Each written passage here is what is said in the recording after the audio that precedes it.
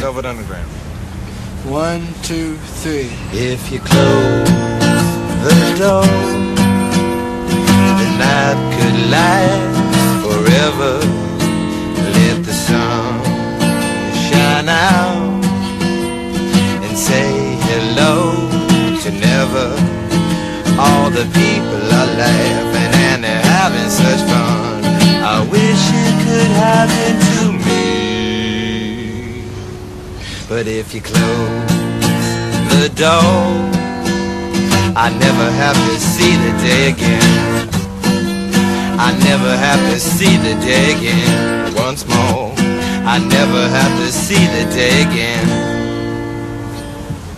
If you're a musician, you're either going to become a cool person or you're going to become, you're going to become a good nothing. You're going to know how to be nothing and really understand it, or you're going to be a bad nothing and just a piece of shit. And there's not really any in between if you're a rock star, you know, one or the other. So what did you think when you heard the news of Kurt Cobain's death? Dad. Oh, his death? Death, sorry. I cried. I don't know why. I don't like his music or anything.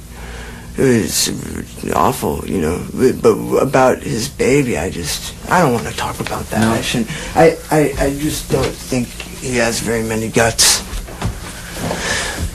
I just don't see why he wouldn't want to see his daughter grow up, you know. That he wouldn't be excited enough about that to not think of himself. See, that goes back to what we were saying, like, people just start thinking of themselves too much, you know.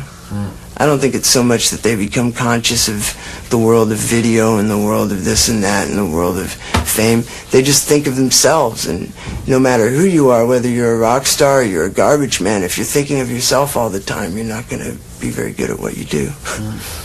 Or you're not going to be a good nothing. How could you?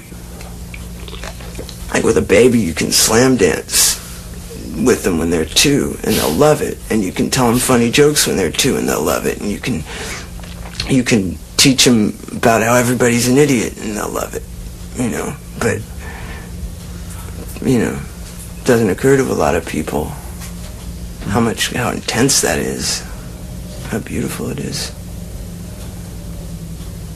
Everything my record is dedicated to Clara. That's what it says on the front. Yeah. She's the smartest person I've ever met, in all seriousness. She likes to kiss Andy, you know. That's her first boyfriend. John got that for her birthday. Ah, yeah! What I was thinking about, you know, when I heard about Kurt Cobain's death, and, you know, we just experienced River Phoenix's death, and before that Hillel's, Slovak's death. There's this self-destructive thing that happens to people, you know, in this business or something. Everybody dies. I don't think it's that big of a deal. No? For instance, in River's case, I think it's more of a shame that he was doing something he didn't like. I think it's more of a shame that he was born than he died, because he didn't like this life, he didn't like this place, and he's at a better place now. You know, and that's the way. I don't think that death is a big deal. I don't care if I die right now. It doesn't mean I'm self-destructive. I really love life, and I think that's the only way to love life. It starts to separate the boys from the men when you see who's got that inside of them and who doesn't. You know, that's when somebody becomes a good musician and the other person doesn't, is because one is all concerned with the future and the past, you know, and one is just right here, right now, excited, you know, and calm. And sad and doesn't give a fuck. Some people are sad and they're like, oh no, this leads to death. Acteur River Phoenix, bekend van films als Stand By Me, Running on Empty en My Own Private Idaho, was tot aan zijn dood goed bevriend met de Chili Peppers en John Frusciante.